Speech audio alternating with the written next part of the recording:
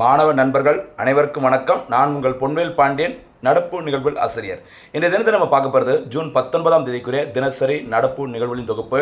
சமீப காலங்களில் போட்டித் தேர்வுகளில் நடப்பு செய்தியில் மையப்படுத்தி எப்படி அந்த சப்ஜெக்டை லிங்க் பண்ணி ஸ்ட்ராட்டஜியை கலந்து நடப்பு செய்தியில் கேள்வியாக கேட்குறாங்களோ, நிறைய ஸ்டேட்மெண்ட்டாக கொடுத்து நம்மளை வந்துட்டு காலி பண்ணுறதுக்கு எப்படிலாம் முயற்சி பண்ணுறாங்களோ, அதுக்கு தகுந்த மாதிரி நடப்பு செய்தியில் தொகுத்து வழங்கிட்டு இருக்கிறேன். ஒவ்வொரு நாளும் நல்ல முறையில் பயன்படுத்திக்கோங்க. ஒரு நோட்டு போட்டு எழுதிக்கோங்க. சூப்பராக ஒரு அச்சீவ்மெண்ட்டை பண்ணி ஒரு நல்ல அரசு பணியை உறுதி செஞ்சுக்கோங்க. ஆரம்பிக்கலாமா? இன்றைய தினத்துக்கு நடப்பு செய்திகள் ஜூன் 19ஆம் தேதிக்குரியது. ஃபஸ்ட்டு பாயிண்ட் பாருங்கள்.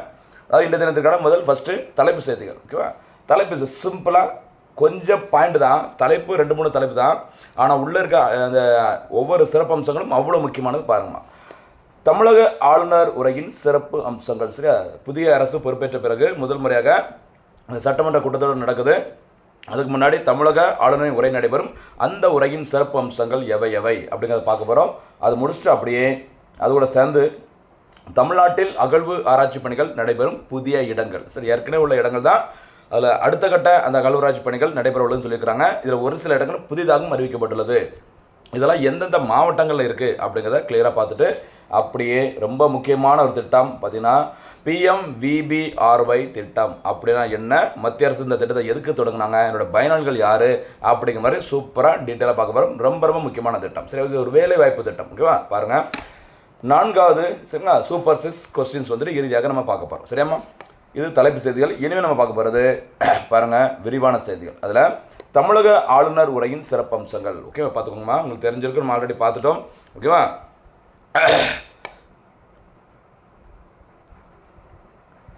சரிம்மா, அதாவது தமிழ்நாட்டில் 17வது சட்டப்பேரவை தேர்தல் நடைபெற்று. சரிங்களா? 17வது சட்டப்பேரவை தேர்தல் நடைபெற்று மே 4ஆம் தேதி ஓகேவா வாக்குகள் எண்ணிக்கை நடத்தப்பட்டு மே 10ஆம் தேதி 17வது சட்டப்பேரவையின் புதிய முதலமைச்சராக தமிழக வெற்றி கழகத்தை தலைவர் யாருமா திரு ஜோசப் விஜய் அவர்கள் முதலமைச்சராக பொறுப்பேற்றிருந்தாங்க.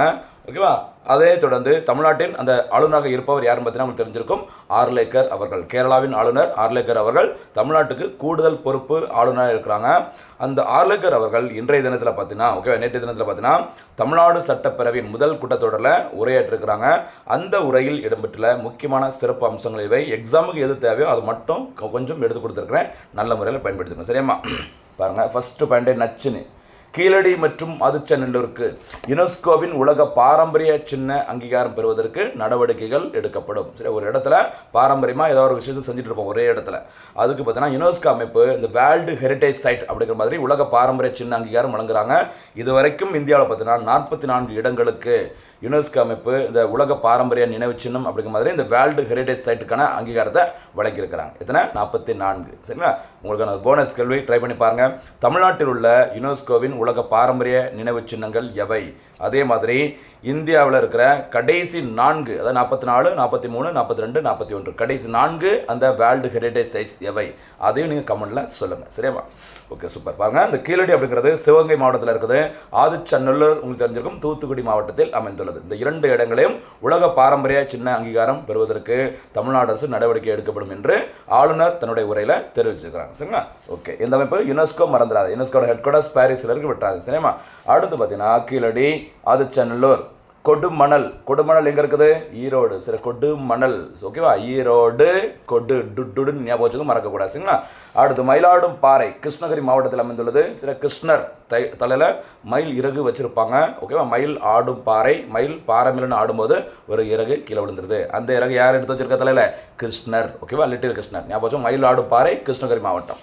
அடுத்து சிவகலை, இதுவும் பார்த்தீங்கன்னா தூத்துக்குடி மாவட்டத்தில் தான் இருக்குது. அடுத்து அழகன்குளம், புதுசாக வந்திருக்க இடம். அழகன்குளம் எந்த மாவட்டமா? ராம்நாடு, அதாவது ராமநாதபுரத்தில் அமைந்துள்ளது அழகன்குளம். ஓகேவா? அடுத்து அரிக்கமேடு. ஓகேவா? அரிக்கமேடு புதுச்சேரி. சரி, புதுச்சேரி அரிக்கமேடு. இந்த ரீங்கிற வார்த்தையை காமனாக ரீட் பண்ணி பாருங்கள், உங்களுக்கு புரிஞ்சிடும். அடுத்து சலுவன் குப்பம், புதிதாக உள்ள ஒரு இடம். சலுவன் குப்பம் அமைந்துள்ள இடம் செங்கல்பட்டு மாவட்டம், மகாபலிபுரம் பக்கத்தில் இருக்குது சலுவன் குளம். சரிங்களா? மற்றும் பூம்புகார். சரி, சங்ககால சோழர்களின் தலைநகரமாக இருந்த பூம்புகார். இந்த தளங்களில் தொடர்ந்து தொல்லியல் துறை ஆராய்ச்சி பணிகள் மேற்கொள்ளப்படும் சொல்லியிருக்கிறாங்க. இந்த இடம் ரொம்ப ரொம்ப முக்கியமானமா. அடுத்த தேர்வில் இந்த இடங்கள்லேருந்து கண்டிப்பாக கேள்விகள் இடம்பெறுவது உறுதி. சரி, இடத்தை கொடுத்துட்டு அது எங்கே இருக்குன்னு கேட்பாங்க, விட்டுறாதுங்க. சரிங்களா? Okay, super. ஆதிச்சநல்லூர், கொற்கை, சிவகலை 3மே எங்கே இருக்குது? தூத்துக்குடியில் இருக்குது, ஞாபகம் வச்சுக்கோ, மறந்துடாதீங்க. சரி, கொடுமணல் எங்கே இருக்குது? ஈரோடில் இருக்குது, மறக்காதீங்க. சரியா? மயிலாடும்பாறை, கிருஷ்ணகிரி, அழகன்குளம், ராமநாதபுரம், அரிக்கமேடு, புதுச்சேரி, சலுவன்குப்பம், செங்கல்பட்டு. சொல்லி சொல்லி பாருங்கள், வந்துக்கிட்டே இருக்கும் ஈஸியாக. ஓகேவா? அடுத்தபடியாக பாருங்கள், ஆதிச்சநல்லூர், கொடுமணல், கங்கை கொண்ட சோழபுரம். சரியா? கங்கை கொண்ட சோழபுரம் பார்த்தீங்கன்னா பெரம்பலூர் மாவட்டத்தில் இருக்குது, ஞாபகம் வச்சுக்குமா? ஓகேவா? ஆதிச்சநல்லூர், கொடுமணல், கங்கை கொண்ட சோழபுரம் ஆகிய பண்பாட்டு தலங்களில் மிகை, மெய்மை மற்றும் மெய்நிகர் தோற்றம் ஆகிய தொழில்நுட்பங்களை மூலம் சுற்றுலா பயணிகளுக்கு தமிழர் நாகரிகம் மீட்டுருவாக்கம் செய்யப்பட்டு அந்த அனுபவம் வழங்கப்படும் சொல்லியிருக்கு. சார், லேட்டஸ்ட் டெக்னாலஜி பயன்படுத்தி சரியா அந்த அகழ்வாராய்ச்சி பணிகள் நடைபெறும் அந்த இடங்களை சூப்பராக மக்கள்கிட்ட காட்டி சுற்றுலா பயணிகளை ஈர்க்க போகிறோம் அப்படிங்கிற மாதிரி சொல்லியிருக்கிறாங்க. அதே மாதிரி வழக்கு மூலம் சொல்கிற இன்னொரு முக்கியமான பாயிண்ட், முல்லை பெரியாறு அணை நீர்மட்டத்தை 152 அடியாக உயர்த்தவும், தென் மாநில நதிகளை இணைக்கவும், அடுத்த பயன் பாருங்கள், ஒலிம்பிக் உயர்திறன் மையங்கள் அமைக்கவும், வறுமையற்ற தமிழகம் உருவாக்கவும் நடவடிக்கைகள் மேற்கொள்ளப்படும் சொல்லியிருக்கிறாங்க. சரிங்களா? ஆளுநர் உரையில். அடுத்து இன்னொரு முக்கியமானது பார்த்தீங்கன்னா, நிறையா கட்சிகள் வந்துட்டு தமிழ்நாடு அரசுக்கு பல வருஷமாக கோரிக்கை வச்சுட்டு இருந்தாங்க. என்னன்னு சொல்லி பார்த்தீங்கன்னா, ஜாதிவாரி கணக்கெடுப்பை தமிழ்நாட்டில் நடத்துகன்னு சொல்லும்போது இப்போ ஆளுநர் உரையில் ஒரு முக்கியமான அறிவிப்பை அறிவிச்சுக்கிறாங்க. என்னன்னு சொல்லி பாருங்கள், மத்திய அரசு நடத்தும் சரியா ஜாதிவாரி கணக்கெடுப்பு முடிந்தவுடன், அதாவது மத்திய அரசு 16வது மக்கள் தொகை கணக்கெடுப்பை 2 கட்டங்களாக நடத்துகிறாங்க. சரிங்களா? 2027ஆம் ஆண்டிற்கான அந்த மக்கள் தொகை கணக்கெடுப்பு. சரிங்களா? முதல் முறையாக இந்தியா சுதந்திரம் பெற்ற பிறகு முதல் முறையாக மத்திய அரசு மக்கள் தொகை கணக்கெடுப்பில் ஜாதிவாரி கணக்கெடுப்பை நடத்தப்படுன்னு சொல்லியிருக்கிறாங்க. அந்த மத்திய அரசு நடத்தும் அந்த 16 மக்கள் தொகை கணக்கெடுப்பில் ஜாதிவாரி கணக்கெடுப்பு நடந்து முடிஞ்ச உடனே தமிழ்நாடு அரசின் சார்பில் சமூக நீதி கணக்காய்வு, சரி சமூக நீதி சர்வே நடத்தப்படும் சொல்லியிருக்கிறாங்க. எந்த ஒரு சமூகமும் சரியாக விட்டு வைக்கக்கூடாது, அனைவருக்கும் சமூக நீதியை கிடைப்பதை உறுதி செய்ய வேண்டும். அதற்கான சர்வே சரியா நடத்தப்படும் சொல்லியிருக்கிறாங்க. பார்க்கலாம் என்ன நடக்கும் அப்படின்னு சொல்லிட்டு. அடுத்தபடியாக தமிழ்நாட்டின் அடுத்த 5 ஆண்டுகால வளர்ச்சிக்கான வெற்றி தமிழகம், என்ன தமிழகம்? வெற்றி தமிழகம் என்ற தொலைநோக்கு திட்டம் அறிவிக்கப்படும் சொல்லியிருக்கிறாங்க. சரியா? ஓகே. அடுத்து வரும் 2036ஆம் ஆண்டிற்குள் தமிழ்நாட்டின் மொத்த பொருளாதார மதிப்பினை $15 ட்ரில்லியன் பொருளாதாரம். சரிங்களா? $15 ட்ரில்லியன் பொருளாதாரம். சரிங்களா? அதான் டாலரில், நம்ம இந்தியன் கரன்சியில் பார்க்கும்போது 1.6 லட்சம். ஓகேவா? மறந்துடாதீங்க, விட்டுறாதீங்க. ஓகேவா? சரிம்மா, சாரி. அதாவது இதுக்கு முந்தைய அரசு பார்த்தீங்கன்னா டிஎம்கே கவர்மெண்ட்டில் 1 லட்சம் சரியா, அதாவது $1 ட்ரில்லியன் அப்படிங்கிற மாதிரி சொல்லியிருந்தாங்க. $1 ட்ரில்லியன் எக்கனாமியாக இந்தியா தமிழ்நாடு கவர்மெண்ட்டை மாற்றவும் சொல்லியிருந்தாங்க. ஓகேவா? இப்போ கவர்மெண்ட் என்ன சொல்லியிருக்காங்க அப்படின்னு பார்த்தீங்கன்னா $1.5 ட்ரில்லியன் மாற்ற போகிறேன்னு சொல்லியிருக்காங்க. கொஞ்சம் கரெக்ஷன் பண்ணிக்கோங்க. சரி, இதை வந்து 15 ட்ரில்லியன் சொல்லி தப்பாக சொல்லிட்டேன், சாரி. ஓகேவா? 2036ஆம் ஆண்டுக்குள்ள டிஎம்கே பீரியடில் $1 ட்ரில்லியன் எக்கனாமி டார்கெட்டாக இருந்தது. இப்போ அதை வந்து என்ன பண்ணியிருக்கிறாங்க, $1.5 ட்ரில்லியன் by 2036. ஓகேவா? மறக்காதீங்க. சரியாம்மா? அடுத்தபடியாக ஒரு முக்கியமான திட்டம், மத்திய அரசோட திட்டம், பிரதமரின் வேலைவாய்ப்பு உருவாக்கும் திட்டம். சரியா? பிரதமரின் வேலைவாய்ப்பு உருவாக்கும் ஊக்குவிப்பு திட்டம். சரியா? பிரதான் மந்திரி விக்ஷித் பாரத் ரோஷ்கர் யோஜனா. பிரதான் மந்திரி விக்ஷித் பாரத், சரியா, வளர்ந்த பாரத்திற்கான வேலைவாய்ப்பு திட்டம் சொல்லுவாங்க. இந்த திட்டம் முறைப்படி அமலுக்கு வந்த நாள், game into effect from August 1, 2025. சரியா? ஆகஸ்ட் 1, 2025 அன்று இந்த திட்டம் முறைப்படி நடைமுறைக்கு வந்தது. சரிங்களா? ரீசெண்டாக இந்த திட்டம் செய்தியில் வர்றதுக்கு காரணம் என்னென்னா, அதாவது ஜூன் 19ஆம் தேதி இன்றைய தினத்தில், ஓகேவா, இந்த PMVBRY திட்டத்தின் கீழ் முதல் தவணை ஊக்குவிப்பு தொகையாக மொத்தமாக 2400 கோடியை பிரதமர் நரேந்திர மோடி அவர்கள் விடுவிச்சிருக்கிறாங்க. ஓகேவா? ஜூன் 19, 2026. சரிங்களா? இந்த திட்டத்தின் மூலம் ஓகேவா எப்போதுலேருந்து எப்போ வரைக்கும் பயன் அப்படின்னு சொல்லி பார்த்தீங்கன்னா பாருங்கள், ஆகஸ்ட் 1ஆம் தேதி முதல், ஓகேவா, ஆகஸ்ட் 1ஆம் தேதி முதல் 2027ஆம் ஆண்டு ஜூலை 31ஆம் தேதி வரை உருவாக்கப்படும் அனைத்து வேலைவாய்ப்புகளுக்கும் ஊக்கத்தொகை வழங்கப்படும் சொல்லியிருக்கிறாங்க. என்ன நன்மை அப்படின்னு சொல்லி பாருங்கள். சரிங்களா? ஓவராலாக ஒதுக்கப்பட்ட நிதி ஒதுக்கீடு அப்படின்னு சொல்லி பார்த்தீங்கன்னா $99,446 கோடி. சரியா? கிட்டத்தட்ட 1 லட்சம் கோடி ரூபாயை ஒதுக்கியிருக்கிறாங்க. பார்த்துக்கோங்க. சரியா?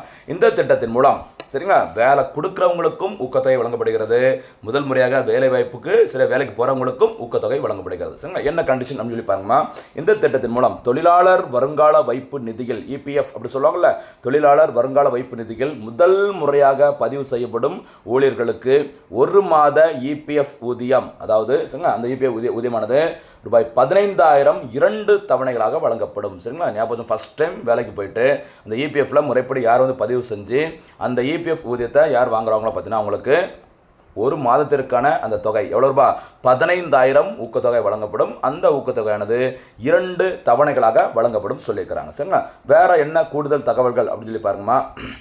1 லட்சம் வரை சம்பளம் பெறும் ஊழியர்கள் இந்த ஊக்கத்தொகையை பெறலாம். கண்டிஷன் பார்த்துக்கோங்க, 1 லட்சம் வரைக்கும். சரி, அதுக்குள்ளே இருக்கிற அந்த சம்பளத்தை வாங்குறவங்க அந்த இபிஎஃப்ல பதிவு பண்ணியிருந்தாங்க அப்படின்னா அவங்களுக்கு 15,000 ரூபாய் ஊக்கத்தொகையை வழங்கப்படும். முதல் முறை வேலைக்கு போகிறவங்கள ஊக்கப்படுத்துவதற்கு. சரிங்களா? அந்த அமௌண்ட்டு 2 தவணைகளாக வழங்கப்படும், மறந்துடாதுங்க. சரிங்களா?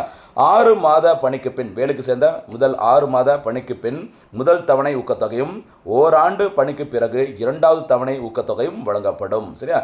இந்த திட்டம் புதிய வேலைவாய்ப்புகளை உருவாக்க வேலைவாய்ப்பு வழங்கும் நிறுவனங்களை ஊக்குவிக்கும். ஓகேவா? ஊழியர்களுக்கு 1 லட்சம் வரை சம்பளம் வழங்கும் நிறுவனங்களுக்கு 2 ஆண்டுகளுக்கு மாதம் ஊக்கத்தொகையாக 3,000 வழங்கும். சரிங்களா? ஞாபகம் வச்சுக்கோமா, மறந்துடாதுங்க. புதுசாக வேலை வாய்ப்புகளை கொடுக்குற அந்த நிறுவனங்களுக்கு சரிங்களா 1 லட்சம் வரைக்கும் சம்பளம் கொடுக்குற அந்த ஊழியர்களை எந்த நிறுவனம் வச்சுருக்காங்களோ அந்த நிறுவனத்திற்கு அடுத்த 2 வருஷத்துக்கு மாதம் 3,000 ரூபாய் ஊக்கத்தொகை வழங்கப்படும் அப்படின்னு சொல்லி அறிவிச்சிருக்காங்க. சரி, 1 லட்சம் வரைக்கும் சம்பளம் கொடுக்குற கம்பெனிக்கு. சரியா? புதிய தொழிலாளர்களுக்கு. அதே மாதிரி உற்பத்தித்துறை நிறுவனங்களுக்கு இந்த ஊக்கத்தொகை 4 ஆண்டுகள் வரை நீட்டிக்கப்படும் சொல்லியிருக்கிறாங்க. சரியா? இண்டஸ்ட்ரியல் சொல்லுவாங்க, ப்ரொடக்ஷன் செக்டர். ஓகேவா? அடுத்து தொழிலாளர் வருங்கால வைப்பு நிதி அலுவலகத்துடன் பதிவு செய்யப்பட்ட 50, ஓகேவா, என்ன பேருமா பார்த்துக்கோங்க, 50 ஊழியர்களுக்கும் குறைவாக உள்ள நிறுவனங்கள் 2 ஊழியர்களை கூடுதலாக நியமிக்க வேண்டும் சொல்லியிருக்கிறாங்க. ஞாபகம் வச்சுக்குமா, அந்த இபிஎஃப் சொல்லுவாங்கள்ல, அந்த தொழிலாளர் வருங்கால வைப்பு நிதி அலுவலகத்துடன் யாரெல்லாம் பதிவு செஞ்சுருக்காங்களோ அந்த நிறுவனங்கள் 50 பேர் ஊழியர்கள் இருந்தாங்க அப்படின்னா, சரி, 50க்கு குறைவாக இருந்தாங்க அப்படின்னா அவங்க கண்டிப்பாக ஒரு 2 ஊழியர்களை கூடுதலாக நியமிக்க வேண்டும். சரியா? அதே மாதிரி 50 ஊழியர்களுக்கு மேல் பணிபுரியும் நிறுவனங்கள் 5 ஊழியர்களை கூடுதலாக நியமிக்க வேண்டும். சரிங்களா?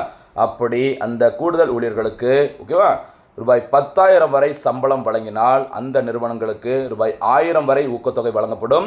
20,000 வரைக்கும் அந்த சம்பளத்தை அந்த புதிய நிறுவனங்கள் அந்த புதிய தொழிலாளர்களுக்கு வழங்கினாங்க அப்படின்னு பார்த்தீங்கன்னா ரூபாய் 2,000 ஊக்கத்தொகை கொடுப்பாங்க. 20,000க்கு மேல் 1 லட்சம் வரை சம்பளம் வழங்கினால் 3,000 ரூபாய் ஊக்கத்தொகையாக அந்த நிறுவனங்களுக்கு வழங்கப்படும். அப்போ சம்பளம் சரிங்களா, அதாவது சம்பளத்துக்காக வேலை செய்கிற அந்த முதல் முறையாக வேலைக்கு சேர போகிற அந்த தொழிலாளர்களுக்கும் வேலைவாய்ப்புகளை வழங்குகிற அந்த நிறுவனங்களுக்கும் மத்திய அரசு ஊக்கத்தொகை வழங்குறாங்க. இந்த திட்டம் ரொம்ப ரொம்ப முக்கியமான திட்டம், விட்டுறாதீங்க. சரியாம்மா? அடுத்து இன்றைய தினத்திற்கான சூப்பர் 6 கேள்விகள். முதல் சூப்பர் 6 கேள்வி, அகழ்வு ஆராய்ச்சி பணிகள் நடைபெறும் ஆதிச்சநல்லூர் எந்த மாவட்டத்தில் அமைந்துள்ளது? செகண்ட் கொஸ்டின், தமிழ்நாடு தொல்லியல் துறை எப்போது உருவாக்கப்பட்டது? தேர்ட் கொஸ்டின், அகழ்வு ஆராய்ச்சி பணிகள் நடைபெற்று வரும் மயிலாடும்பாறை எந்த மாவட்டத்தில் அமைந்துள்ளது? ஃபோர்த் கொஸ்டின், எந்த ஆண்டிற்குள் $1 ட்ரில்லியன் பொருளாதார மாநிலமாக மாற்றுவதற்கு தமிழ்நாடு அரசு இலக்கு நிர்ணயித்துள்ளது? 5வது கேள்வி, PMVBRY திட்டம் எப்போது முதல் அமலுக்கு வந்தது? அடுத்து 6வது கேள்வி, PMVBRY திட்டத்தின் விரிவாக்கம் என்ன? இதற்கான பதில்களை சூப்பராக கமெண்ட்ல சொல்லுங்கள். தேர்வில் வெற்றி பெறுங்க. மீண்டும் சந்திக்கலாம். நன்றி, வணக்கம்.